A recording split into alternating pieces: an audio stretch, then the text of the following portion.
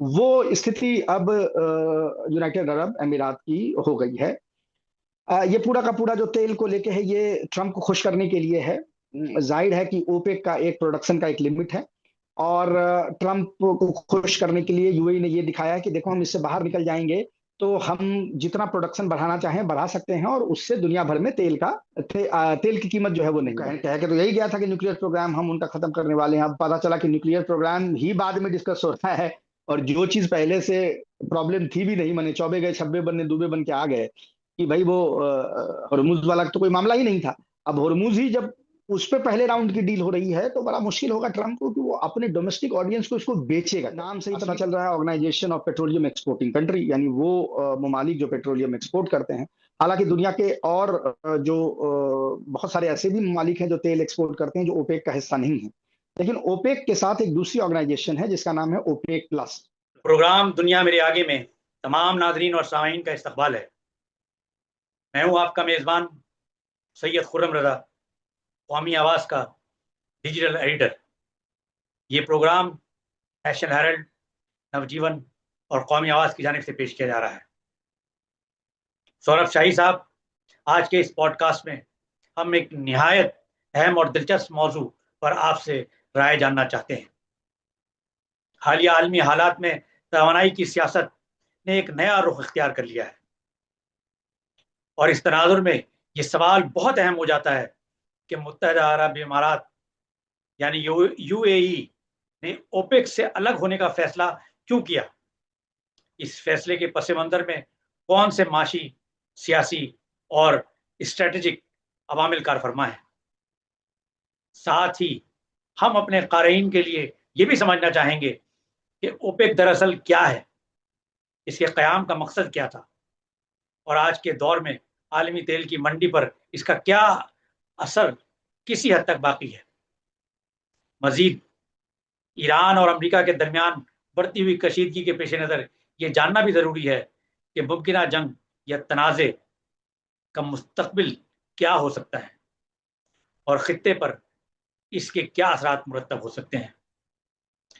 सौरभ शाही साहब, सबसे पहले हम आपसे जानना चाहेंगे, मुत्तहदा अरब इमारात यानी यूएई ओपेक से अलग होने का फैसला क्यों किया, इसके पीछे कौन से माशी और सियासी अवामिल कार फरमा है। देखिए, अगर आप यूनाइटेड अरब अमीरात के हिस्ट्री को देखेंगे पिछले कई सालों से, तो आपको ये समझ में आएगा कि स्ट्रेटेजिक मिस्टेक्स पे स्ट्रेटेजिक मिस्टेक वो करता आया है। जितना वो क्लोज एलाई इसराइल का है, और जिस तरह से उसने अपने आप को इसराइल के साथ इंटीग्रेट किया है, उससे उसको लगता था कि उसको सिक्योरिटी ईरान के अगेंस्ट में मुहैया हो जाएगी। अब वो हुआ नहीं। बेइंतहा पिटाई हुई है उसकी अभी, और बेइंतहा पिटाई के बाद ये है कि वो तो तब हुई है जब ईरान ने उनके उसके सिविलियन इलाकों पे हमला करना शुरू किया भी नहीं। ये तो सिर्फ वो उन जगहों पे जहां इजरायली और अमेरिकी इंटरेस्ट हैं, उन पे हमला करना शुरू किया है। अब लोगों को ये लग रहा होगा कि अच्छा, ये पिटाई के बाद उनको समझ में आ गया, दिमाग खुल गया होगा कि भाई अब तो ये जो हमारा दाव था कि भाई इसराइल के साथ हम करेंगे तो हमें यहाँ पे सिक्योरिटी नसीब हो जाए, तो वो नहीं हुआ, तो शायद उससे कुछ सीखेंगे। लेकिन नहीं, अब ऐसा लग रहा है कि मिडिल ईस्ट में भी वो एक आइसोलेशनिस्ट पॉलिसी के लिए में वो घुसने को तैयार है। और अगेन वो जो सिंक मनी सिंड्रोम, जिसकी मैंने कई बार चर्चा की है, कि एक जुआरी जब 20,000 रुपये हार जाता है तो फिर उसको लगता है कि अब मैं 40,000 लगा के पहले ये 20,000 रुपये वापस निकाल लूं, फिर वो 40,000 रुपये हारता है। वो स्थिति अब यूनाइटेड अरब अमीरात की हो गई है। ये पूरा का पूरा जो तेल को लेके है, ये ट्रंप को खुश करने के लिए है। जाहिर है कि ओपेक का एक प्रोडक्शन का एक लिमिट है, और ट्रंप को खुश करने के लिए यूएई ने ये दिखाया है कि देखो, हम इससे बाहर निकल जाएंगे तो हम जितना प्रोडक्शन बढ़ाना चाहें बढ़ा सकते हैं, और उससे दुनिया भर में तेल की कीमत जो है वो नहीं बढ़ेगी। अब इसमें मसले दो हैं।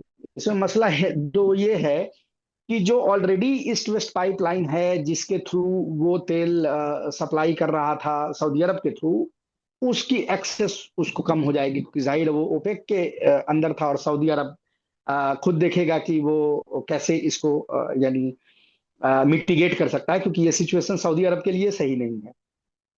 दूसरा, जो फुजैरा से पाइपलाइन जा रही है, उसके बारे में कल मैंने कई जगह ये तजिया सुना लोगों का, कि वो कह रहे थे कि अब वो जितना चाहे बढ़ा सकता है प्रोडक्शन, और ये वो फुजैरा वाला पाइपलाइन ऑलरेडी अपने मैक्सिमम कैपेसिटी पे चल रही है, विच इज $2 मिलियन। अव्वल तो ये, दूसरा ये कि अगर ये लॉन्ग टर्म चलता है और वॉर दूसरा इग्नाइट होती है, तो 2 ड्रोन की जरूरत है बस ईरान को, और फुजैरा जो है वो खत्म हो जाएगा वहां कुछ रहेगा नहीं। तो ये मोस्टली जो है वो ट्रम्प को खुश करने के लिए, यानी वही जो एक एक जो महाज बनता हुआ वहां जो आपको दिख रहा था, इसराइल, अमेरिका और संयुक्त अरब अमीरात का, उसको खुश करने के लिए ये कवायद जो है वो दिख रही है। रियल वर्ल्ड में फिलहाल इसके असरात जो है वो देखने को नहीं मिलेंगे। जैसा मैंने पहले कहा कि मैक्सिमम तेल आने हैं, वो हॉर्मुज से ही आने हैं। हॉर्मुज को बाई पास करके जो फुजैरा वाली पाइपलाइन, उसकी अपनी एक लिमिटेशन है, और उस लिमिटेशन के मद्देनजर अगर वहां आप देखेंगे तो 2 मिलियन बैरल से ज्यादा वो तेल नहीं भेज सकता है। और सऊदी अरब अपने पाइपलाइन से 2 मिलियन बैरल तेल भेज रहा है, यानी 15 मिलियन बैरल में चार, यानी 9 मिलियन बैरल तेल अभी भी शॉर्टफॉल पर डे आपको नजर आ रहा है। तो ये इसके पीछे मेन मकसद नजर आ रहे हैं, जो सिंक मनी सिंड्रोम कहते हैं, वो प्राइमरली यहाँ पे देखने को मिल दरअसल ओपेक है क्या, इसकी तश्कील, मकासद और आलमी तेल की मंडी में इसका किरदार तफसील से बयान करिए। देखें, जैसा कि नाम से ही पता चल रहा है, organisation of petroleum exporting country, यानी वो ममालिक जो पेट्रोलियम एक्सपोर्ट करते हैं। हालांकि दुनिया के और जो बहुत सारे ऐसे भी ममालिक हैं जो तेल एक्सपोर्ट करते हैं, जो ओपेक का हिस्सा नहीं है। लेकिन ओपेक के साथ एक दूसरी ऑर्गेनाइजेशन है जिसका नाम है ओपेक प्लस। यानी ओपेक में 12 ममालिक, और उसके अलावा ओपेक प्लस जो है उसमें कुछ ऐसे ममालिक हैं जो ओपेक में तो नहीं है, लेकिन ओपेक के साथ कोऑर्डिनेट करते हैं कि किस तरीके से यानी ऑयल प्राइसेस पे एक नियंत्रण रखा जा सके, क्योंकि बहुत ज्यादा ऑयल आप मार्केट में डालेंगे तो प्राइसेस जो हैं वो नीचे गिर जाएंगी, और कम बहुत करेंगे तो जाहिर है कि आपके अपने जो बजट हैं वो पूरे नहीं होंगे, जो बजटरी एलोकेशंस आपके जिन भी देशों के हैं। तो ओपेक बेसिकली इन प्राइस को रेगुलेट करता है, और उससे ये होता है कि एक बैलेंस बना होता है कि दुनिया में पेट्रोलियम का भी प्राइस जो है वो ऐसा रहे कि इंडस्ट्रियल जो प्रॉब्लम वगैरह है वो देखने को ना मिले।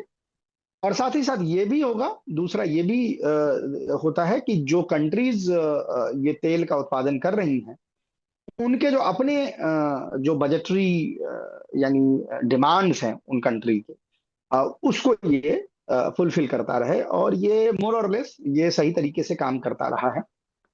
संयुक्त अरब अमीरात का इससे निकलना ऑफ कोर्स इसके लिए एक झटका है, लेकिन वो इनके पास और भी टूल्स हैं जिससे ये मिटिगेट कर सकता है। दूसरी चीज एक याद रखें कि संयुक्त अरब अमीरात अगर बहुत ज्यादा स्ट्रेटेजिकली इसको चैलेंज करने की कोशिश करेगा, तो सैबोटाज ऑपरेशन जैसी चीजें भी देखने को मिलती है। मतलब ये भी हो सकता है कि संयुक्त अरब अमीरात के किसी ऑयल फील्ड को सैबोटाज में उड़ा दिया जाए, या उसके किसी उसको पाइपलाइन को मार के छेद कर दिया जाए, या उसके किसी गैस फील्ड को जो है वो उस पर हमला कर दिया जाए। तो ये भी देखने को मिल सकता है, यानी एक अनिश्चितता का दौर जो है वो यहाँ आपको नजर आएगा। जहां तक ओपेक का सवाल है, तो आई थिंक उसके पास अभी भी टूल्स और वेयरविदल हैं कि जिससे वो रिकैलिब्रेट करके अपने आप को वापस से रेलिवेंस में ला सकते। क्या मुत्तहदा अरब इमारात के इस कदम से सऊदी अरब और मुत्तहदा अरब इमारात के दरमियान खलीज बढ़ जाएगी? देखिए, ये तो ऑलरेडी आप देख ही रहे हैं कि भरी हुई है ही तमाम जगहों पे।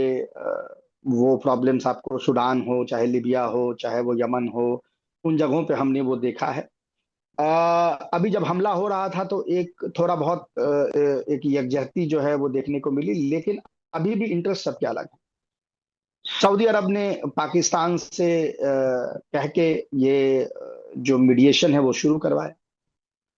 यूएई दूसरी तरफ इससे नाराज था, और इसलिए उसने पाकिस्तान से कहा कि वो जो 3 बिलियन, $3.5 बिलियन या $3 बिलियन जो उसने पाकिस्तान को दे रखे थे लोन में, उसको वापस चुकाए। पाकिस्तान ने उसको चुका भी दिया, सऊदी अरब ने वो पैसे दिए। तो यानी एक जो फ्रंट जैसी चीज है वो यहाँ नजर आ रही है कि दोनों के इंटरेस्ट अब मैच नहीं करते हैं।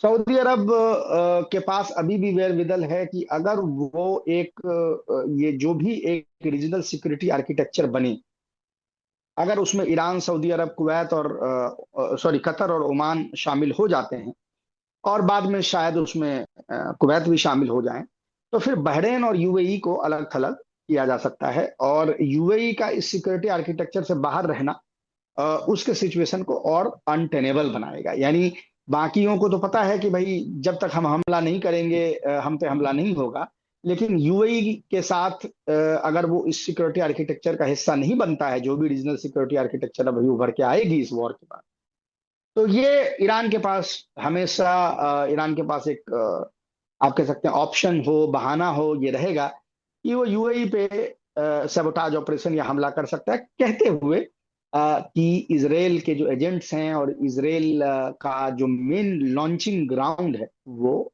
यूएई है, और इसीलिए हम अपनी दिफा में प्रिएम्प्टिवली हम उसको मिटिगेट करने की कोशिश कर रहे हैं। ये हमेशा ईरान के पास ऑप्शन रहेगा यूएई को कर्टेल करने के। ईरान ने अमेरिका के सामने कौन सी नई शराइत रखी हैं? इन शराइत के खित्ते और आलमी सियासत पर क्या असरात मुरतब हो सकते हैं? सौरभ साहब, आपको बताइए। देखिए, ये जो नया प्रपोजल है उसमें प्राइमरली ईरान ने ये कहा है कि ब्लॉकेड खत्म करो, हम हॉर्मुज को खोलते हैं, यानी लिमिटेड तरीके से, यानी तेल शिप्स तो जाएंगे लेकिन उनको टोल वगैरह देना पड़ेगा।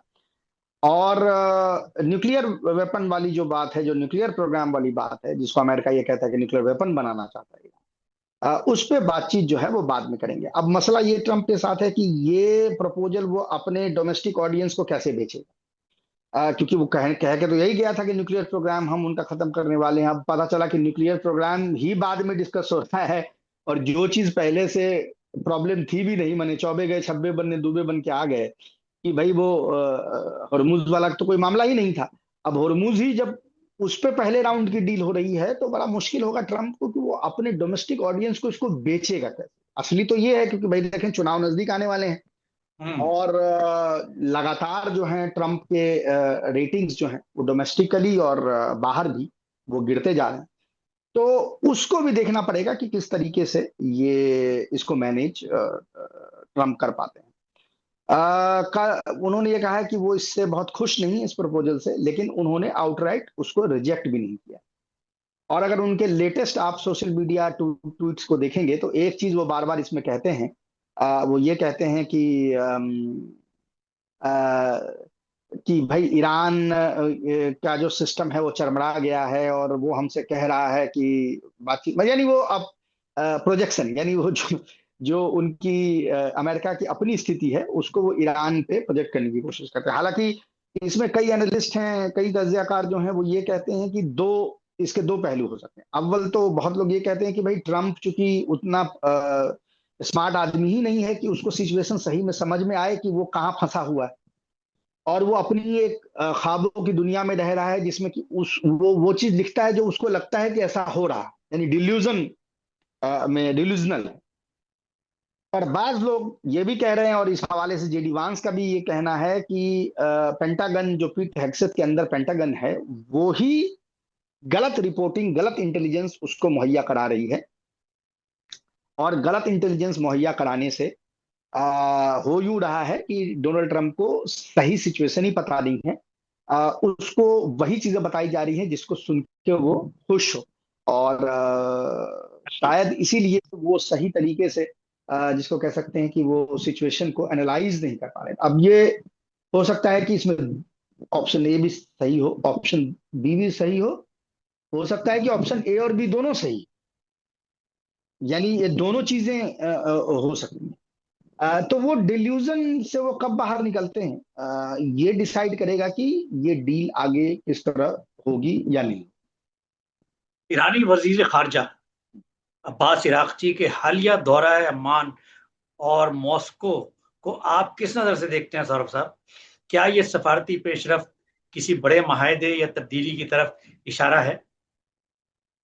देखिए ये तो इसी ये जो नया प्रपोजल है उसके उस पे ही हुआ है। रशिया के साथ जो विजिट है उसमें हो सकता है कि एक चीज और डिस्कस हुई हो। आपको याद है कि हाईली एनरिच्ड यूरेनियम वाला मामला है। कि अमेरिका कह रहा है कि वो ईरान को गिव अप करना पड़ेगा, ईरान कह रहा है कि अमेरिका को नहीं देंगे। तो एक प्रपोजल वैसा ही हो सकता है जैसे पिछली JCPOA में हुआ था कि हाईली एनरिच्ड यूरेनियम जो है वो ईरान ना अपने पास रखे ना अमेरिका को दे, वो रसिया को सौंप दे जैसे पिछली बार में। तो शायद इस पर भी कुछ बातचीत हुई है कि ये मैकेनिज्म हो सकता है, नहीं हो सकता है। ये बिल्कुल पिछले जैसा ही होगा। तो उस पर भी बातचीत हुई है। और जाहिर है कि जो एक डिप्लोमेटिक पेशरफ्त है वो भी आपको यहाँ पे नजर आएगा। कि ओमान जाना और सऊदी अरब के फॉरेन मिनिस्टर से फोन पे बातचीत करना, ये सब इसी टॉक्स के ही को ही जिंदा करने का एक जिसको उसकी कवायद कह सकते हैं। यानी वो जो एक स्टेलमेट में अटका हुआ है उसको किक स्टार्ट करने की कोशिश जैसी चीज नजर आती है। ईरान और अमेरिका के दरमियान कशीदगी या मुमकिन जंग का मुस्तकबिल क्या हो सकता है? क्या हालात बेहतरी की तरफ जाएंगे या मजीद बिगाड़ का इम्कान है? देखें, अब ट्रंप को एपेटाइट तो नहीं है वॉर के लिए, क्योंकि पिट चुका है। ये था कि जो गलत फहमियां उसको 27 तारीख के रात को या 28 के सुबह तक थी, वो गलत फहमियां तो अब नहीं। लेकिन फिर बार बार वही बात है कि वो गलत फहमी तो नहीं है, लेकिन कुछ और गलत फहमियां तो हैं। ये डिल्यूजन की अभी हमने बात की कि डिल्यूजन वर्ड में रह रहा है।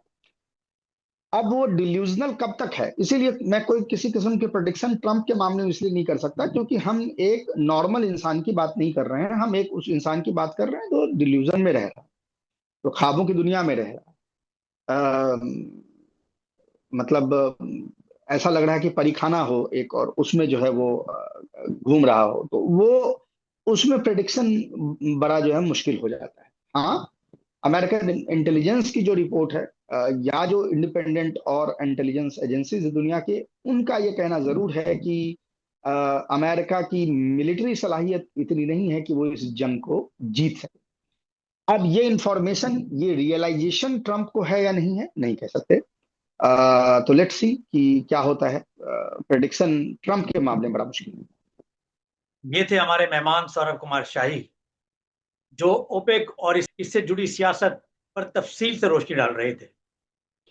हमेशा की तरह आखिर में तमाम नाजरीन और सामाईन से गुजारिश करता हूं कि वो अपनी कीमती आरा और तजावीज़ हमें ज़रूर इरसाल करें, ताकि हम प्रोग्राम दुनिया मेरे आगे को आपके लिए मजीद दिलचस्प, जामे और बामाने बना सकें। हम अगले प्रोग्राम में फिर हाजिर होंगे, एक नए रुख, एक नई सोच के साथ। तब तक के लिए अपनी मुस्बत सोच को जिंदा रखिए और प्रोग्राम दुनिया मेरे आगे को देखते रहिए।